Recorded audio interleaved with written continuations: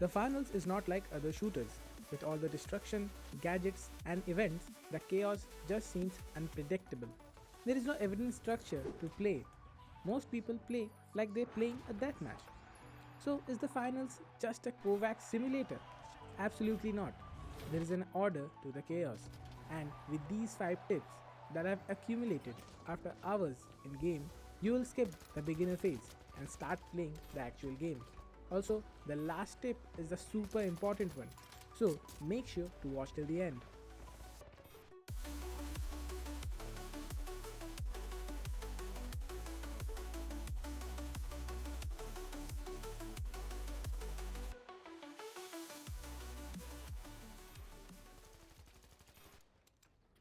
There is no fair fight. Most people, including me, have a confidence that if you get a 1v1, you're always winning.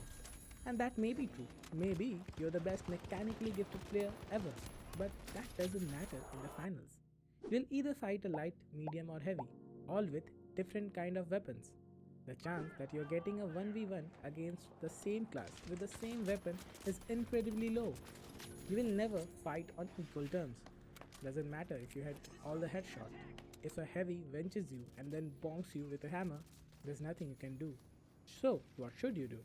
You play angles, you stay on height, you shoot the enemy before they shoot you. At the very first spawn, you don't go rushing toward the box. You get angles slightly away from the box. Try to deal some damage to the enemy. Make the fight unfair. And once you see the enemy has less HP, then you go for that aggro fight.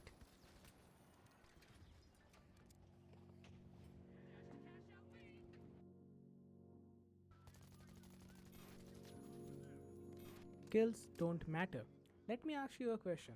Whether in CS you will push the enemy spawn while you're defending. Will you leave the site to get kills? No, right? Because the objective is to win the round, defend the site, not getting the highest kill. Similarly, in the finals, the game is all about money. Having the most money wins you the game. All 3 of you chasing the last player in the enemy team just gives the enemy team more time to steal.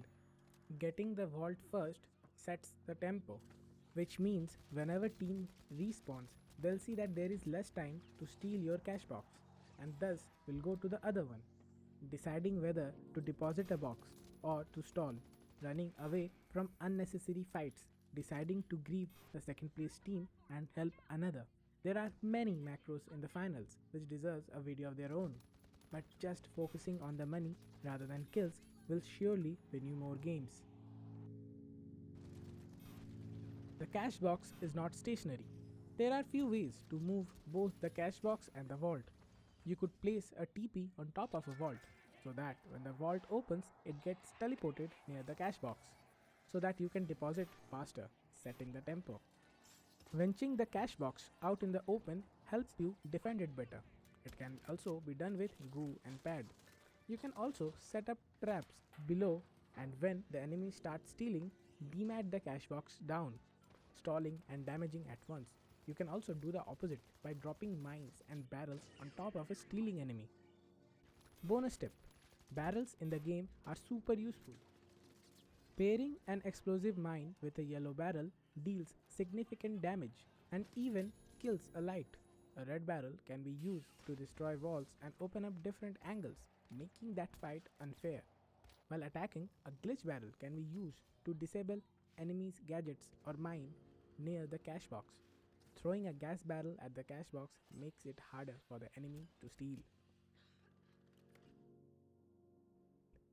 Stay with your team. I often see my teammates running separately, and when they come across an enemy team, there's nothing he can do. You will get into a 3v2 disadvantage. Now, sometimes you will get brain dead teammates. No matter how much you spam stay together, they won't stay together. The best thing to do in that case is staying with one of your teammates. As a medium, I always stick with my heavy or another medium. I kinda bait him, but we win the fights. Now you have to understand that a heavy can't move as fast as you. So if you go ahead, he won't be able to catch up. It's your job to help him mobilize. As for light, that's a different story. Ideally, lights should never start a fight. Their role is to benefit from the chaos and deal damage quickly. For example, when fight starts, the heavy will throw his shield, the medium will be behind him helping, and the light from another angle will throw nades or glitch nades or do damage to the enemy without getting into the line of sight. Thus, light doesn't need to be with the team. But while solo queuing, unless you are a good light, it's always better to stay with your team. Post deposit. In this step, I will go through the post deposit game plan, so better pay attention. A whole lot of players like to bunker down after they deposit the vault into the cash box, but this is not the correct way to play. You are allowing the enemy to come closer to you. They'll throw gadgets like nades, gas, and just kill you in your bunker. Instead, try to take the high ground and deal damage to them while they are approaching. Deny them the space. There is a reason why points like hospital or top upsetting buildings are nearly impossible to push. There is no cover for the attacking team to approach. Hiding inside allows the enemy to come closer freely. Remember, while defending, your goal is not to take fights, but rather stall the fight so that the cash box completes. Pros use the term kiting, which often means playing in a group and staying a bit far from your point. If the enemy tries to steal, you can go for that fight. Or if someone pushes you, you can run around the box, denying them the fight and wasting their time. So the main point is staying active after the deposit. The sitting near the cash box is not the correct way to play. Similarly, while attacking, it's very important to stay together, get to the point, and steal it as soon as possible because you're on the clock.